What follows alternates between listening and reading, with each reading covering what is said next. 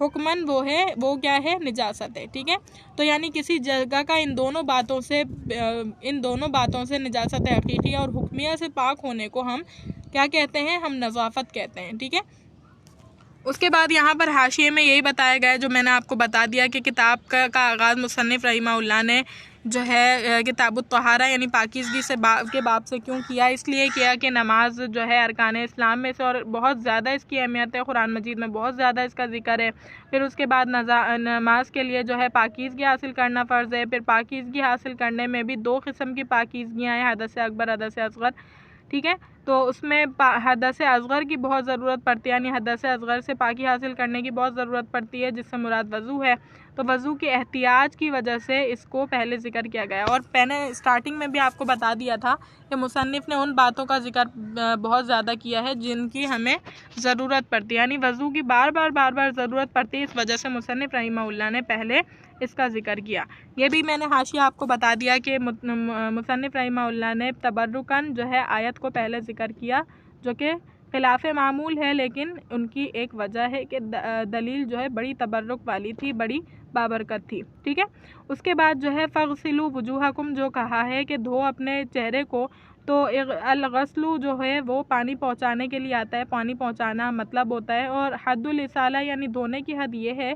کہ پانی کو اتنا ڈالنا، پانی کو اتنا بہانا کہ 1-2 قطرے ٹپک جائیں، اتنا پانی ڈالنا کہ 1-2 قطرے ٹپک جائیں. بس اگر چہرے کی بات کی جائے تو اس کی حد یہ ہے کہ پیشانی کے بالوں سے شروع کیا جائے اور ٹھوڑی کے نیچے تک لے جائیں، اور ایک کان کی لو سے دوسرے کان کی لو تک کے چہرے کو دھونے کو ہم غسل کہیں گے، چہرہ دھونا کہیں گے. اس کے برعکس اگر کسی شخص نے جو ہے اتنا پانی ڈالا کہ 1-2 قطرے بھی نہیں ٹپکے، یا صرف جو ہے اپنے تر ہاتھوں کو لے کر منہ پر پھیر لیا، تو ہم یہ نہیں کہیں گے کہ اس نے وضو کیا، اور اس کا وضو یا اس کا دھونا ٹھیک نہیں ہوگا. اسی طرح یہاں پر یہ بھی بتایا گیا ہے کہ جو کانوں اور گالوں کے درمیان جو سفیدی ہوتی ہے، جہاں قلمیں ہوتی ہیں بالوں کی، تو اس جگہ کو دھونا بھی امام ابو حنیفہ اور امام ابو یوسف کے نزدیک جو ہے واجب ہے، ضروری ہے، جبکہ امام ابو حنیفہ اور امام محمد کے نزدیک جو ہے ضروری ہے، اور اسی بات پر فتویٰ ہے کہ دھونا چاہیے اس کو. اور امام ابو یوسف کہتے ہیں کہ اس کا دھونا واجب نہیں ہے، ٹھیک ہے. تو دونوں کے اعتراضات اور اختلافات میں نے آپ کو بتا دیا. اس کے بعد یہ ہے کہ وَامْسَحُوا بِرُؤُوسِکُمْ، اور سروں پر مسح کرنے کا حکم. مسح کرنا آپ جانتے ہیں کہ مسح کرنے سے مراد کیا ہوتا ہے کہ ہاتھوں کو تر کر کے کسی عضو پر پھیرنے کو مسح کہتے ہیں. بس اگر بال لمبے ہوں تو ان پر مسح کیا جائے گا، اگر بال جو ہے سر کے اوپر ہیں تو ان پر مسح کیا جائے گا، اور اگر سر سے نیچے ہیں تو ان پر مسح کرنا جائز نہیں ہے، ٹھیک ہے، ان پر مسح کرنا ضروری نہیں ہے. اسی طرح جو ہے کہ اگر سر جو ہے گنج پن ہے، اس میں محلوق سر ہے، تو اگر کسی نے غیر محلوق سر پر، یعنی کسی کے سر میں گنج پن ہے، ٹھیک ہے، تو گنج پن والے سر پر مسح کرنا چاہ رہا ہے، تو وہ اگر بال والے حصوں پر بھی مسح ہو جائے گا اس کا، تو کوئی فرق نہیں پڑے گا، اس کو کوئی گناہ نہیں ملے گا، یہ جائز ہے. اسی طرح اگر اس کے سر کو، اس کے بالوں کو جو ہے بارش کا پانی پہنچا،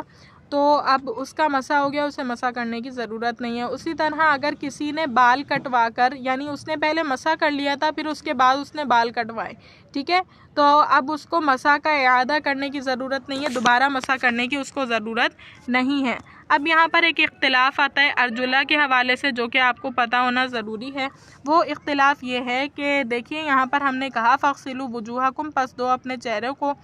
کو وَأَيْدِيَكُمْ إِلَى الْمَرَافِقِ، اور اپنے ہاتھوں کو کونیوں سمیت، وَامْسَحُوا بِرُؤُوسِكُمْ، اور مسح کرو اپنے سروں پر، اور وَأَرْجُلَكُمْ إِلَى الْكَعْبَيْنِ، اور دھو اپنے پاؤں کو ٹخنوں سمیت، ٹھیک ہے. تو ہم نے یہ بات کہی تھی. اب دیکھیے یہاں پر غور و فکر والی بات یہ ہے کہ ارجلہ پر ہم نے ارجلکم، یعنی ارجلکم پر ہم نے کس چیز کا حکم لگایا ہے؟ وجوہکم کا حکم لگایا ہے. کیا مطلب ہے میری بات کا؟ دیکھیے ہم نے یہ کہا کہ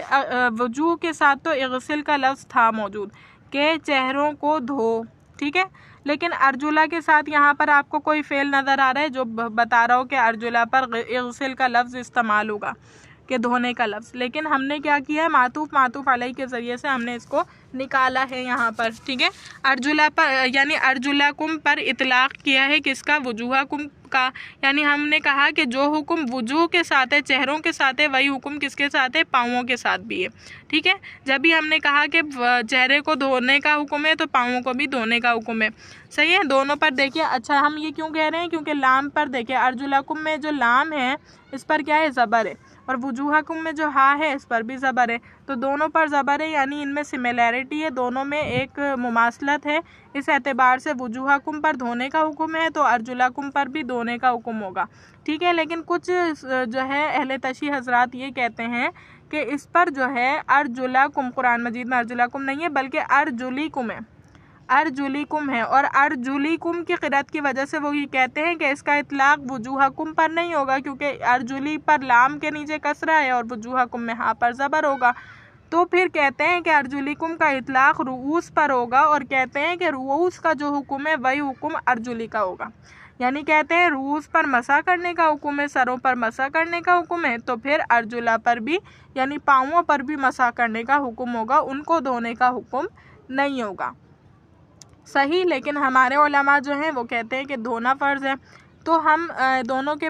درمیان اختلاف ہے، تو ہم اپنی دلیلیں یہ پیش کرتے ہیں کہ سب سے پہلے جو اس میں حکمت ہے وہ یہ کہ ارجلا پر، پہلی بات یہ کہ ارجلا پر ارجلی والی قرأت تو درست نہیں ہے، ارجلاکم پر ارجلاکم ہی والی قرأت ہے، ارجلا لام کے اوپر زبر ہی ہے۔